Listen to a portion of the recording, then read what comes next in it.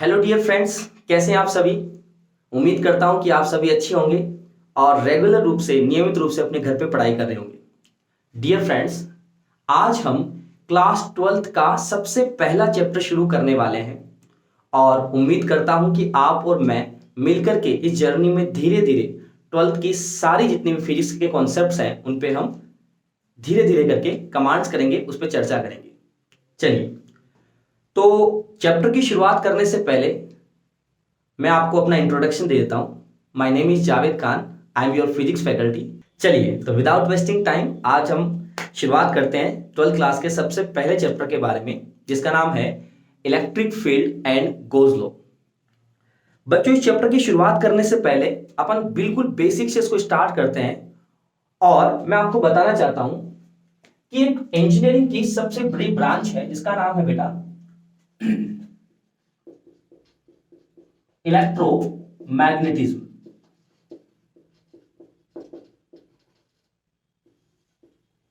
Electromagnetism electromagnetism एक engineering की बहुत बड़ी ब्रांच है, जिस ब्रांच के दो सब सेक्शंस हैं, जिसको हम दो सेक्शंस में डिवाइड कर सकते हैं।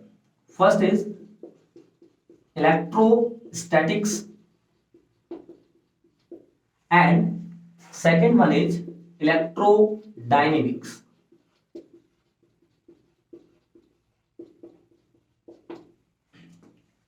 इलेक्ट्रोस्टैटिक्स, इलेक्ट्रो से मेरा मतलब होता है चार्ज और स्टैटिक्स का मतलब हो गया चार्ज एट रेस्ट।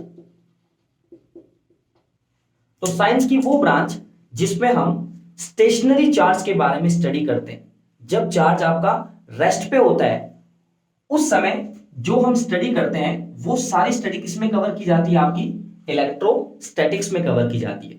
तो आप इसके बारे में क्या लिखोगे? It's a study of stationary charge. तो साइंस की वो ब्रांच जिसमें स्टेशनरी चार्ज के बारे में स्टडी की जाती है उसको हम इलेक्ट्रोस्टैटिक्स कहते हैं। ठीक। और डायनेमिक्स का मतलब, इलेक्ट्रो का मतलब क्या हो गया आपका? चार्ज, और डायनेमिक्स का मतलब क्या हो गया? In motion. तो साइंस की वो ब्रांच जहां पे हम चार्ज को मोशन में स्टडी करते हैं, चार्ज इन मोशन में स्टडी करते हैं, वो ब्रांच क्या कहलाएगी? आपकी इलेक्ट्रोडायनेमिक्स। इलेक्ट्रोस्टैटिक्स जो है उसमें हमारी फर्स्ट फिजिक्स के और जनरली 8 चैप्टर कवर किए जाते हैं इलेक्ट्रोस्टैटिक्स और इलेक्ट्रोडायनेमिक्स में। फर्स्ट फिजिक्स के सबसे पहला चैप्टर जो हम इलेक्ट्रोस्टैटिक्स में पढ़ते हैं वो है आपका electric field and Gauss law.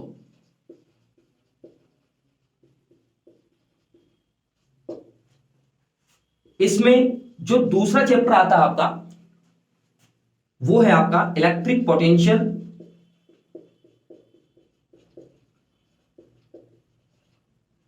और electric capacitance.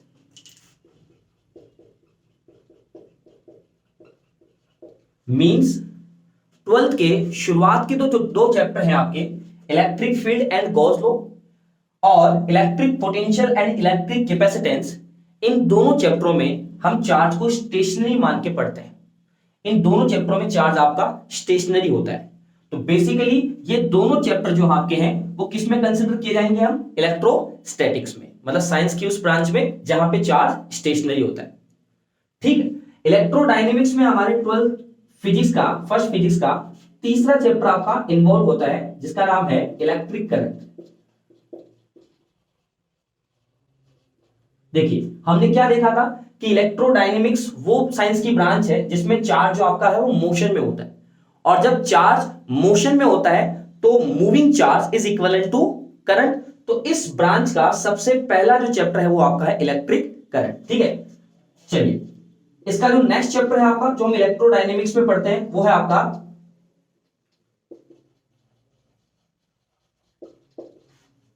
Magnetic effect of electric current. जो कि 12th फिजिक्स का 4th चैप्टर है। देन नेक्स्ट चैप्टर आपका 5th है मैग्नेटिज्म एंड मैग्नेटिक प्रॉपर्टीज।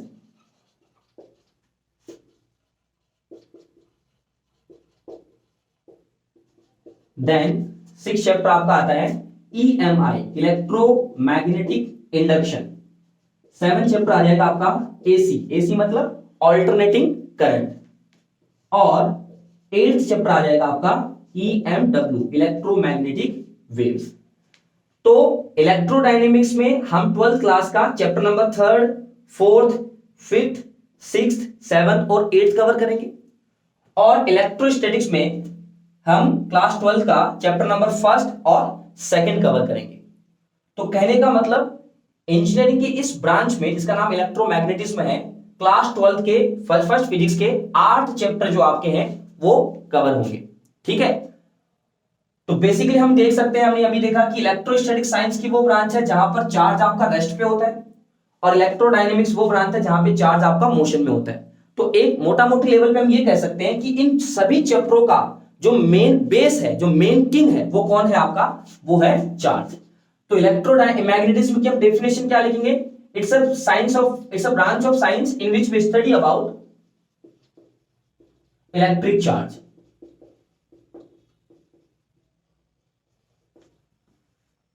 तो इन सभी 8 के 8 चैप्टर्स में 8 चैप्टर में हम इलेक्ट्रिक चार्ज के बारे में स्टडी करेंगे। ठीक, चलिए, तो without wasting time in 8 chapter का जो मेन किंग है जिसका नाम है इलेक्ट्रिक चार्ज, उसको हम स्टडी करते हैं, उसके बारे में हम पढ़ते हैं। देखिए, अगर आपने इलेक्ट्रिक चार्ज को ढंग से समझ लिया तो आपको इन 8 चैप्टर्स में कोई भी दिक्कत नहीं आएगी, क्योंकि इन्हीं 8 चैप्टर्स में हम इसी चार्ज को अलग अलग तरीके से स्टडी करेंगे। ठीक है, तो चलिए, तो इलेक्ट्रोस्टैटिक्स जो है उसके सबसे पहले चैप्टर की शुरुआत होती है हमारे सबसे पहले टॉपिक से, जिसका नाम है इलेक्ट्रिक चार्ज।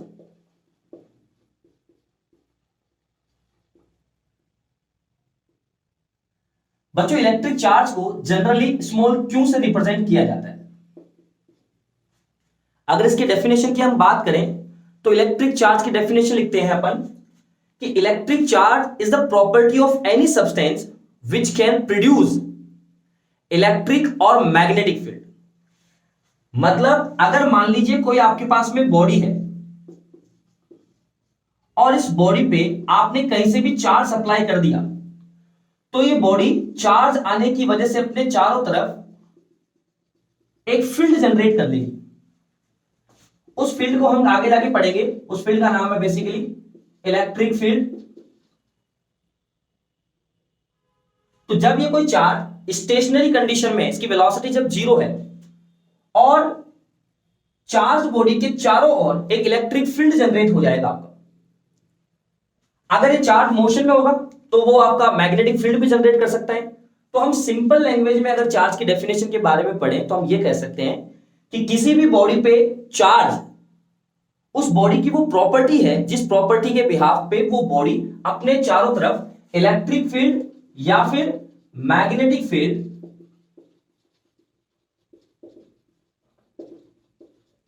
प्रोड्यूस कर सकती है, या किसी एक्सटर्नल इलेक्ट्रिक फील्ड या मैग्नेटिक फील्ड में इसको हम ले जाकर के रखें तो ये फोर्स फील कर सकती है। तो किसी भी बॉडी को दी गई वो प्रॉपर्टी जिसके बिहाफ पे वो बॉडी अपने चारों तरफ एक इलेक्ट्रिक फील्ड या मैग्नेटिक फील्ड जनरेट कर सकती है, उस प्रॉपर्टी को ही हम क्या कहते हैं बेटा? चार्ज कहते हैं। चलिए, थोड़ा डीप में समझते हैं, थोड़ा अच्छे से इसको और एग्जामिन करते हैं। देखिए बच्चों, आपने पढ़ रखा है कि जितनी भी वस्तुएं, जितनी भी बॉडीज है, वो किन से मिलकर बनी हुई है? तो आंसर है एटम से मिलकर बनी हुई है। एटम के स्ट्रक्चर बनाए तो हमें पता है कि एटम का जो सेंट्रल पार्ट होता है वो न्यूक्लियस होता है, जिसमें प्रोटॉन और न्यूट्रॉन पाए जाते हैं, और बाहर जो होता है इलेक्ट्रॉन जो है वो सर्कुलर ऑर्बिट्स में चक्कर लगाते हैं। अगर मान लीजिए जितने इसमें प्रोटॉन है उतने ही इसमें अगर इलेक्ट्रॉन हो जाए तो हम बोलेंगे कि ये बॉडी चार्ज वाइज कैसी है? आपकी न्यूट्रल। न्यूट्रल का कतई मतलब नहीं होता कि इस पे चार्ज जीरो है। न्यूट्रल का सिंपल सा ये मतलब होता है कि जितने इस पे पॉजिटिव चार्ज है उतने इस पे क्या है, नेगेटिव चार्ज। तो हम बोलेंगे कि बॉडी चार्ज वाइज कैसी है, न्यूट्रल है। इस पर जो नेट चार्ज है बेसिकली वो कितना है आपका, वो जीरो है। अगर मान लीजिए किसी भी मैकेनिज्म के द्वारा हमने नंबर ऑफ प्रोटॉन्स की क्वांटिटी इस पे बढ़ा दी एज कंपेयर टू इलेक्ट्रॉन, तो हम बोलेंगे कि जो बॉडी है आपकी वो पॉजिटिवली चार्ज होगी, पॉजिटिवली चार्ज बॉडी। और अगर मान लीजिए किसी भी मैकेनिज्म के द्वारा यहां पे नंबर ऑफ इलेक्ट्रॉन्स की तादाद, संख्या जो है नंबर ऑफ इलेक्ट्रॉन्स, वो प्रोटॉन से ज्यादा हो गई, तो हम बोलेंगे कि बॉडी जो आपकी है वो नेगेटिवली चार्ज।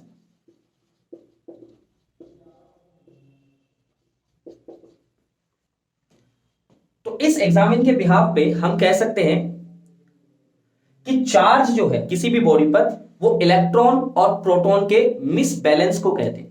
अगर इलेक्ट्रॉन और प्रोटॉन बैलेंस कंडीशन में है तो हम बोलेंगे कि वो बॉडी जो है वो न्यूट्रल कंडीशन में। अब चूंकि आप जानते हैं कि प्रोटॉन जो है वो न्यूक्लियस के अंदर पाया जाता है और इंटरमॉलिक्यूलर जो आपका न्यूक्लियर फोर्स होता है वो वेरी स्ट्रॉन्ग फोर्स होता है, तो बेसिकली ट्रांसफॉर्मेशन इलेक्ट्रॉन्स का ही होता है।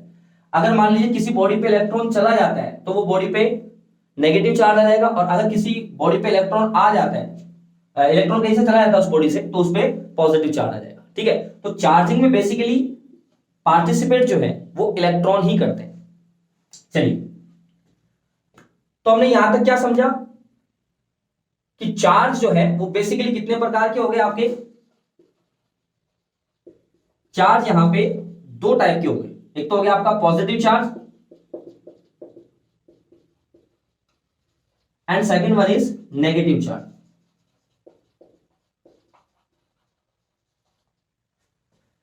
चार्ज दो टाइप के होते हैं, ये सबसे पहले एक्सपेरिमेंटली एक साइंटिस्ट है जिनका नाम है बेंजामिन फ्रैंकलिन, उन्होंने बताया था। बेंजामिन फ्रैंकलिन ने एक्सपेरिमेंटली सबसे पहले यह बताया था कि जो चार्ज होता है वो दो तरह का होता है, पॉजिटिव चार्ज और नेगेटिव चार्ज। पॉजिटिव चार्ज जब भी आएगा तो हम जनरली इसको प्रोटॉन समझेंगे, और प्रोटॉन पे जो चार्ज होता है वो कितना होता है आपका 1.6 इंटू 10⁻⁻⁻⁰ कूलम। और नेगेटिव चार्ज को हम जनरली इलेक्ट्रॉन समझेंगे, और इलेक्ट्रॉन का मतलब हो गया उस पे चार्ज कितना हो जाएगा आपका 1.6 इंटू 10⁻⁻⁹ कूलम। कूलम चार्ज की ऐसा यूनिट है। ठीक, तो ये चार्ज के बारे में कुछ ब्रीफ इंट्रोडक्शन है। चलिए थोड़ा और अच्छे से चार्ज को समझते हैं, क्योंकि मैंने आपको क्या बताया कि इन 8 चैप्टरों का जो मेन किंग है वो आपका चार्ज है। अगर आपने चार्ज को ढंग से समझ लिया तो इन 8 चैप्टर में आपको कोई भी दिक्कत नहीं आएगी। ठीक है, तो चलिए नेक्स्ट हम बात करते हैं प्रॉपर्टीज ऑफ चार्जेस के बारे में। ऑल्दो प्रॉपर्टीज को समझ करके हम चार्ज के बारे में ही समझना चाहते हैं, चार्ज को और डीपली स्टडी करना चाहते हैं। चलिए, तो इसका जो सब हेडिंग है वो है आपका प्रॉपर्टीज ऑफ चार्ज। तो सबसे पहली प्रॉपर्टी क्या लिखेंगे अपन, चार्ज कैन बी ट्रांसफर्ड।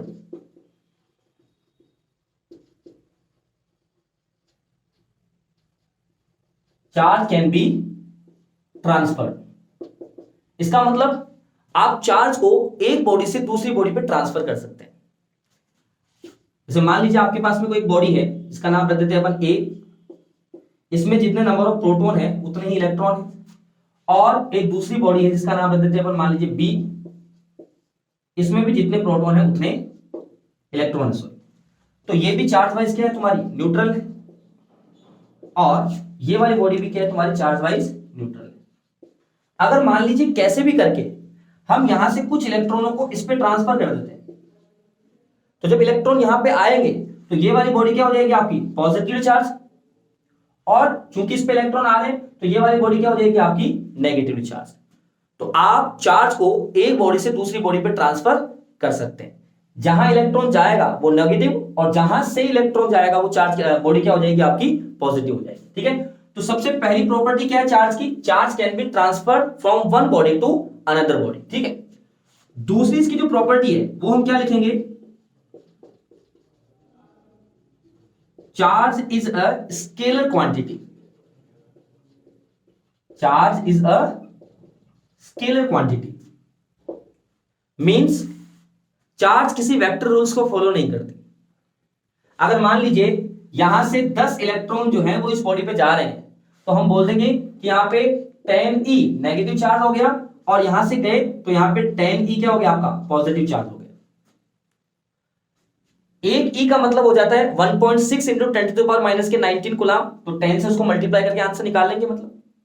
मतलब क्या है कि अगर कोई सिस्टम है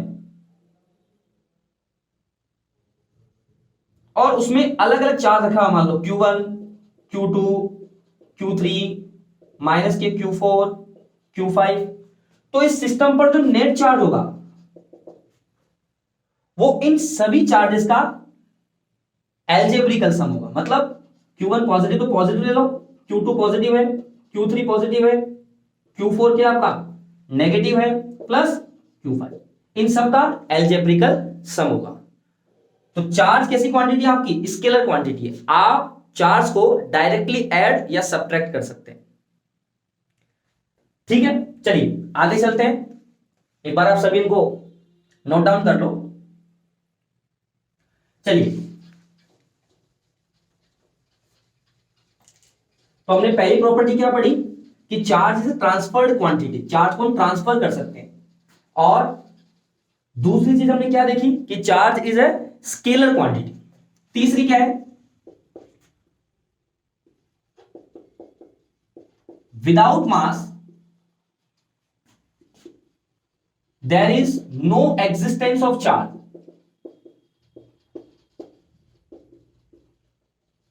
but without charge there is existence of mass।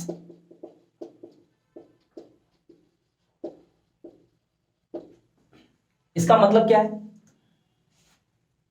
बिना मास के चार्ज का कोई एग्जिस्टेंस नहीं है। मतलब अगर किसी बॉडी पे चार्ज है तो मास 100% होगा, लेकिन बिना चार्ज के मास का एग्जिस्टेंस है। Suppose that for example neutron, neutron पे नेट चार्ज कितना होता है आपका, जीरो, कोई चार्ज होता ही नहीं है, लेकिन न्यूट्रॉन का मास तो होता है, कितना होता है 1.67 into 10 to the power minus के 27 किलोग्राम के आसपास। तो देखा, इस पार्टिकल का मास तो है लेकिन चार्ज नहीं है। ऐसा पॉसिबल हो सकता है कि मास तो हो लेकिन चार्ज नहीं हो, this can be possible. But आपको कभी भी ऐसा नहीं देखने को मिलेगा कि किसी बॉडी का चार्ज तो है लेकिन उसका मास नहीं है।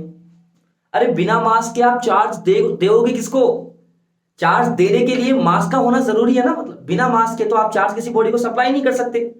और ऐसे भी देख सकते हो, इस पे एक सवाल है अब आपके नीट में। सवाल क्या है कि मान लीजिए आपके पास में एक बॉडी है,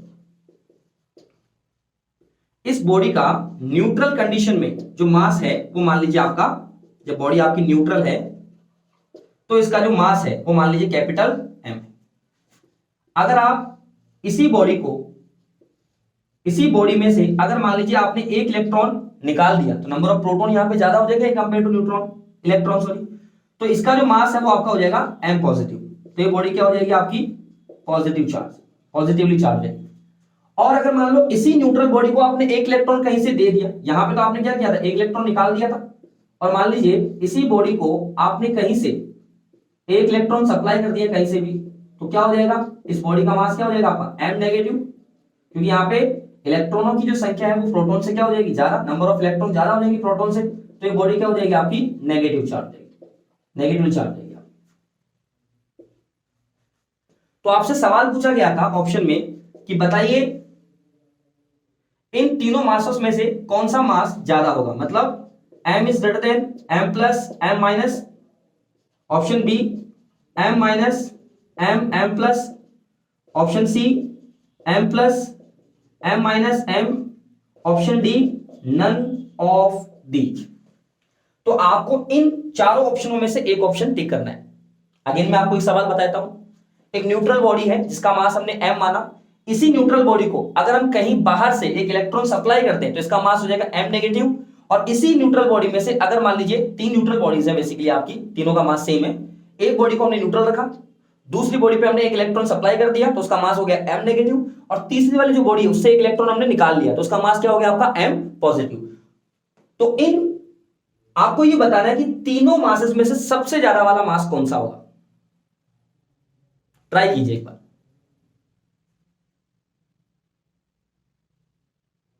चलिए ट्राई कर लिया आप सबने। तो इसका जो आंसर होगा बेटा वो होगा आपका ऑप्शन बी। कैसे, चलिए समझते हैं अपन।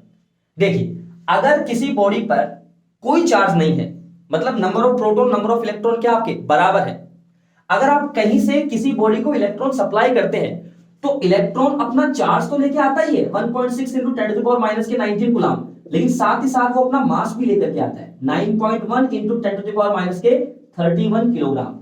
जब इलेक्ट्रॉन इसके ऊपर आएगा तो अपना चार्ज के साथ साथ अपना मास भी लेकर के आएगा, तो इस बॉडी का मास क्या हो जाएगा, स्लाइटली बढ़ जाएगा। और जब इलेक्ट्रॉन किसी बॉडी से जाता है तो अपना चार्ज के साथ साथ अपना मास भी लेकर के जाता है, क्योंकि हमने क्या स्टेटमेंट पढ़ा अभी कि without mass there is no existence of charge. बिना मास के चार्ज का कोई एग्जिस्टेंस नहीं है। अगर कोई बॉडी चार्ज लेके जा रही है तो 100% वो अपना मास भी लेकर के जा रही होगी। तो यहां से इतना मास कम हो गया, सॉरी यहां से इतना मास कम हो गया और यहां से इतना मास क्या हो गया आपका बढ़ गया, तो हम बोलेंगे सबसे ज्यादा मास किसका होगा आपका m माइनस का, उसके बाद में न्यूट्रल और उसके बाद में m प्लस। तो option B is the right answer. ठीक, तो अभी तक हमने 3 प्रॉपर्टियां पढ़ी है। पहली बात हमने क्या पढ़ी, charge is A transferred quantity, charge को आप ट्रांसफर कर सकते हो। दूसरी चीज हमने क्या पढ़ी, charge is a scalar quantity, charge को आप सिंपल तरीके से एल्जेब्रिकल तरीके से ऐड और सब्ट्रैक्ट कर सकते हो। तीसरी चीज क्या है आपका कि without mass there is no existence of charge, but without charge there is existence of mass. Example में आप क्या डाल सकते हो, न्यूट्रॉन, जिसका कोई चार्ज नहीं होता लेकिन मास जरूर होता है। लेकिन आपको नेचर में ऐसी कोई बॉडी देखने को नहीं मिलेगी जिसका चार्ज तो हो लेकिन मास नहीं हो। चलिए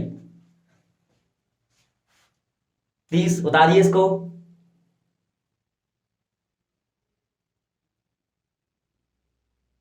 चलिए तो फोर्थ प्रॉपर्टी के बारे में हम पढ़ते हैं बेटा, चार्ज की फोर्थ प्रॉपर्टी के बारे में पढ़ते हैं।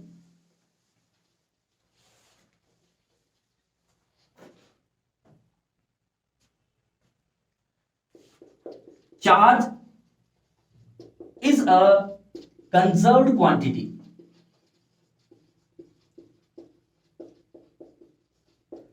Charge is a conserved quantity.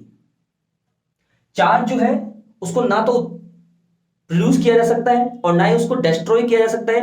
It only can transfer from one body to another body. जैसे फॉर एग्जांपल मान लीजिए हमारे पास में एक सिल्क क्लॉथ है, इसमें अभी जितने प्रोटॉन है उतने इसमें इलेक्ट्रॉन है, मतलब सिल्क क्लॉथ चार्ज वाइज कैसे है आपका आंसर न्यूट्रल है। और मान लीजिए एक आपके पास में ग्लास रोड है, दिस इज सिल्क क्लॉथ, और ये क्या है तुम्हारी ग्लास रोड। ग्लास रोड पे भी स्टार्टिंग में जितने प्रोटॉन है उतने इलेक्ट्रॉन में, मतलब ये भी क्या है चार्ज वाइज न्यूट्रल है। जब आप इन दोनों को आपस में रब करते हैं तो ड्यू टू रबिंग मान लीजिए कुछ इलेक्ट्रॉन जो है वो सिल्क क्लॉथ से, या ऐसे मान लो कुछ जो इलेक्ट्रॉन है सॉरी वो ग्लास रोड से सिल्क क्लॉथ पे आ जाते हैं। मान लो 10 इलेक्ट्रॉन आ गए, कितने आ गए 10 इलेक्ट्रॉन, तो इस पर चार्ज कितना हो जाएगा आपका 10 ई नेगेटिव में, और यहां से 10 इलेक्ट्रॉन आए तो इस पे चार्ज कितना हो जाएगा आपका प्लस का 10 ई। तो रगड़ने से पहले, रब करने से पहले इस और इस पूरे सिस्टम का नेट चार्ज कितना था, तो आप बोलोगे रबिंग करने से पहले इस बॉडी पे जो नेट चार्ज था वो कितना था आपका 0 था, और रब करने के बाद में भी नेट चार्ज कितना आपका 0 है, क्योंकि जितना इस पे नेगेटिव आ गया उतना इस पे क्या है पॉजिटिव, तो अभी भी नेट चार्ज कितना आपका 0।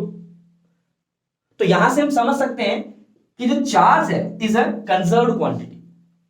Charge can not be created nor be destroyed, it can be transfer from one body to another body.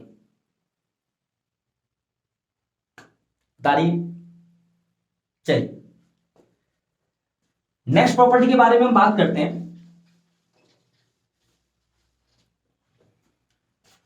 जो है आपकी fifth property, charge does not depends on speed. Charge की जो वैल्यू है वो स्पीड पे डिपेंड नहीं करती। मान लीजिए हमारे पास में एक बॉडी है, इस बॉडी पे प्लस के 5 कूलम चार्ज है। अगर आप इस बॉडी को मूव करवाएंगे विद वेलोसिटी v, तो भी इस बॉडी पे जो चार्ज रहेगा आपका वो कितना रहेगा, आपका 5 कूलम ही रहेगा। इट मींस चार्ज की वैल्यू जो आपकी है वो वेलोसिटी पे डिपेंड नहीं करती, बट मास वेलोसिटी पे डिपेंड करता है। आपने पढ़ रखा है according to Albert Einstein relative theory, जो इक्वेशन आती है आपकी मास के लिए वो क्या आती है, m बराबर m not under root of 1 minus का c square upon v square. तो जो मास है वो वेलोसिटी पे डिपेंड कर रहा है, बट चार्ज की वैल्यू वेलोसिटी पे डिपेंड नहीं करती है। इस प्रॉपर्टी को हम बोलते हैं इनवेरियंस ऑफ चार्ज। चार्ज की जो वैल्यू है वो वेलोसिटी पे डिपेंड नहीं करती है। चलिए, तो ये कुछ बेसिक प्रॉपर्टीज थी। अच्छा, एक चीज और है, सिक्स प्रॉपर्टी ये है कि इफ आपकी कोई बॉडी जो है, चार्ज जो है, अगर वो रेस्ट पे है तो वो केवल ओनली प्रोड्यूस इलेक्ट्रिक फील्ड। अगर कोई बॉडी रेस्ट पे है, चार्ज स्टेशनरी है, तो वो only and only electric field produce करता है। अगर यही चार्ज कांस्टेंट स्पीड से मूव कर रहा है तो ये दो चीजें पैदा करता है, electric field and magnetic field. और अगर चार्ज एक्सेलरेटेड मोशन कर रहा है, वेलोसिटी उसकी with respect to time change हो रही है, तो ये तीन चीजें पैदा करता है। वो है आपकी electric field, magnetic field and electromagnetic waves. तो ये प्रॉपर्टी भी हमें ध्यान रखनी है। मैंने आपको बताया ना, मतलब कि चार्ज अगर स्टेशनरी है तो ये चीज किसको रिप्रेजेंट करेगी, इलेक्ट्रिक फील्ड को रिप्रेजेंट करेगी। वो केवल और केवल इलेक्ट्रिक फील्ड प्रोड्यूस कर सकता है। लेकिन अगर चार्ज कांस्टेंट स्पीड से मूव कर रहा है तो वो इलेक्ट्रिक फील्ड और मैग्नेटिक फील्ड दोनों प्रोड्यूस कर सकता है। और अगर चार्ज का एक्सेलरेशन है, मतलब चार्ज अपनी स्पीड में वेरिएशन कर रहा है विद रेस्पेक्ट टू टाइम, तो वो तीन चीजें आपका प्रोड्यूस कर सकता है, electric field, magnetic field and electromagnetic waves. चलिए, तो फटाफट इन 6 प्रॉपर्टियों को एक बार हम फटाफट क्विक रिवीजन कर लेते हैं, ठीक है। चलिए, तो पहली प्रॉपर्टी हमने क्या पढ़ी, charge can be transferred from one body to another body. दूसरी प्रॉपर्टी हमने क्या पढ़ी, charge is a scalar quantity. तीसरी प्रॉपर्टी हमने क्या पढ़ी, without mass there is no existence of charge, but without charge there is existence of mass. चौथी हमने क्या पढ़ी प्रॉपर्टी, कि चार्ज जो है वो कंजर्व्ड क्वांटिटी है। Charge can not be created nor be destroyed, it can be transfer from one form to another form. और पांचवी प्रॉपर्टी हमने क्या पढ़ी, इनवेरियंस ऑफ चार्ज। चार्ज की वैल्यू स्पीड पे डिपेंड नहीं करती है। और हमारी सिक्स प्रॉपर्टी जो है वो हमने पढ़ी है कि चार्ज अगर स्टेशनरी है, रेस्ट पे है, तो वो इलेक्ट्रिक फील्ड इंड्यूस करेगा। चार्ज अगर कांस्टेंट स्पीड से मूव कर रहा है तो इलेक्ट्रिक फील्ड और मैग्नेटिक फील्ड प्रोड्यूस करेगा। और चार्ज का अगर कुछ एक्सेलरेशन है, मतलब अपनी स्पीड में वेरिएशन कर रहा है, तो electric field, magnetic field and electromagnetic waves ये प्रोड्यूस करेगा। चलिए, तो आज हम इतना ही पढ़ेंगे, आगे की कहानी हम नेक्स्ट लेक्चर में देखेंगे। Okay, bye, tata, see you.